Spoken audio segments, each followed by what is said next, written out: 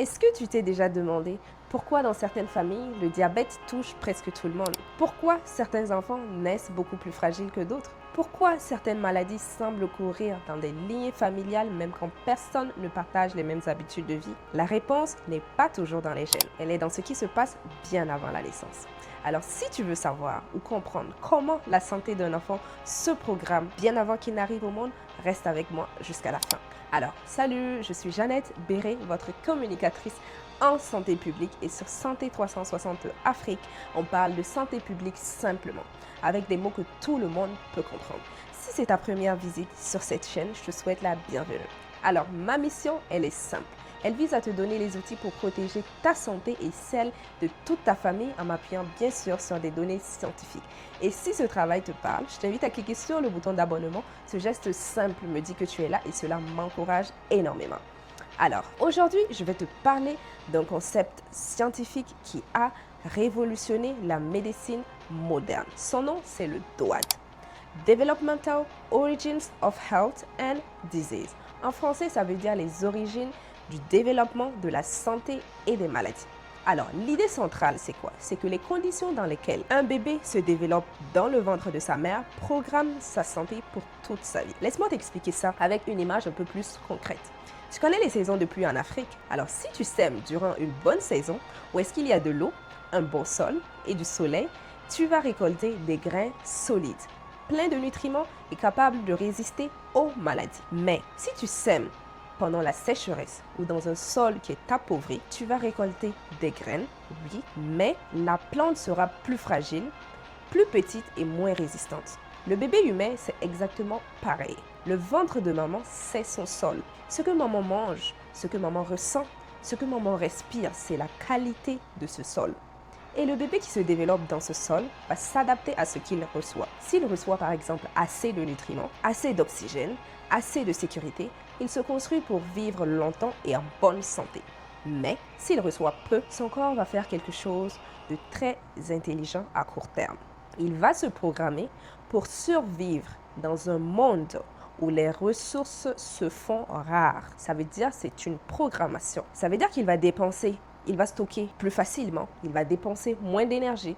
Et ça, à court terme, bien sûr, ça va lui sauver la vie. Mais à long terme, quand cet enfant grandit dans un monde où les ressources deviennent plus disponibles, ce même programme qui avait pour but de lui sauver la vie devient maintenant le problème. Il stockera plus, il gérera mal le sucre, il développera plus facilement l'obésité, l'hypertension ou même le diabète. Oui. Des chercheurs dirigés par le professeur David Baker ont suivi plus de 13 000 personnes nées en Finlande et ils ont observé que les bébés qui étaient plus petits à la naissance avaient davantage de risques de développer un diabète de type 2 et des maladies cardiovasculaires une fois à l'âge adulte. Une série d'articles publiés dans The Lancet montre aussi que la malnutrition pendant les premières étapes de la vie peut avoir des conséquences qui persistent jusqu'à l'âge adulte, notamment sur le risque par exemple de maladies chroniques et sur le développement physique et cognitif à l'âge adulte. En résumé, le corps du bébé lit les conditions de la grossesse comme une météo. Il s'habille pendant ces conditions de grossesse, mais aussi en même temps pour le reste de sa vie. Ouais. Maintenant, je vais te dire quelque chose qui va peut-être te surprendre. Cette programmation dont on parle, elle ne s'arrête pas seulement à un seul enfant. Elle peut continuer dans des générations suivantes. Voici quelque chose que la science a découvert récemment. Cette transmission ne fonctionne pas de la même manière selon que c'est la mère ou le père qui a été exposé. Quand c'est la mère qui est exposée, on a 3 générations qui sont affectées. C'est complexe, mais fascinant. Voici pourquoi. Écoute, une petite fille naît avec tous ses futurs ovules déjà dans ses ovaires. Elle ne les fabrique pas comme les hommes font leurs spermatozoïdes. Elle les a tous déjà dès sa naissance. Cela veut dire que quand une femme est enceinte et que cette grossesse se passe dans de mauvaises conditions, par exemple exposée à la malnutrition, dans du stress ou exposée à des produits toxiques, elle n'expose pas seulement son bébé, mais si ce bébé justement est une fille, elle va exposer aussi les futurs ovules de cette fille, c'est-à-dire les futurs petits-enfants. Donc 3 personnes exposées en même temps, la mère, la fille à naître et les cellules des petits enfants. Donc la lignée maternelle vraiment se passe sur 3 générations. La grand-mère, sa fille affectée et ses petits-enfants affectés. Donc 3 générations.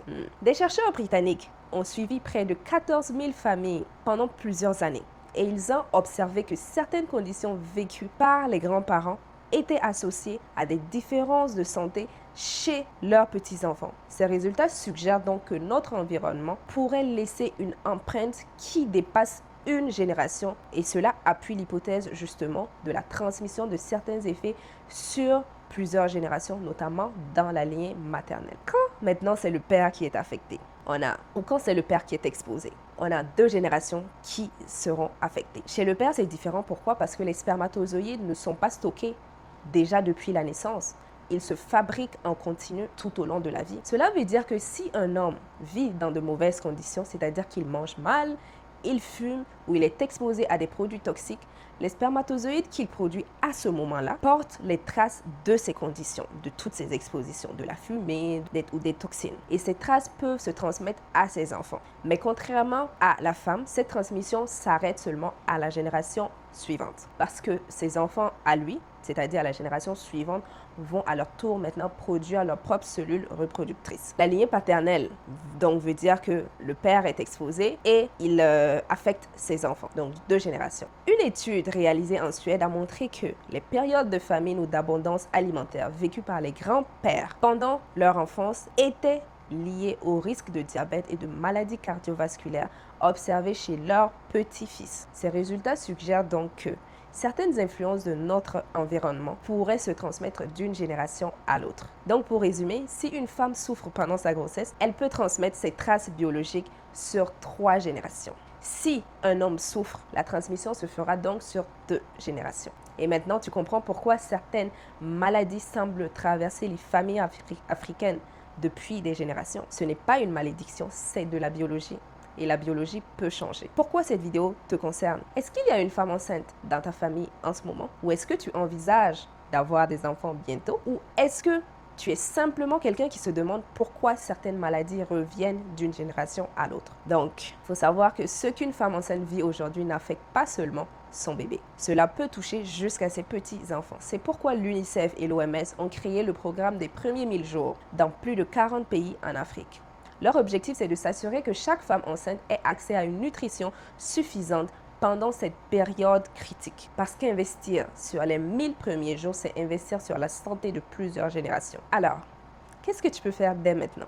De 1, si tu es enceinte ou que tu planifies une grossesse, prends soin de toi comme si tu prenais soin de plusieurs générations. Parce que c'est exactement ce que tu fais.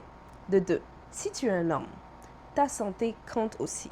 Ce que tu manges, si tu bois, si tu fumes, tout cela peut affecter la santé de tes futurs enfants. Et la santé des futures générations n'est pas seulement une responsabilité féminine. Et de 3, parle de ça autour de toi. Beaucoup de gens ignorent que ce lien existe et chaque conversation peut changer un comportement. Alors, dans le prochain épisode, je vais t'expliquer quel est le mécanisme précis qui permet à ces informations de se transmettre. Comment le corps fait pour écrire un message sur l'ADN et comment l'alimentation de maman peut activer ou éteindre certaines protections ou interrupteurs dans le corps de bébé. Tu vas voir comment la nature a inventé quelque chose de beaucoup plus sophistiqué que ce que l'on imaginait. Tu n'es pas seulement le résultat de tes propres choix. Tu portes aussi les conditions dans lesquelles tes ancêtres ont survécu. Mais tu es surtout la première page d'une nouvelle histoire pour ceux qui viendront après toi. Pour une santé compréhensible, partagée et éclairée.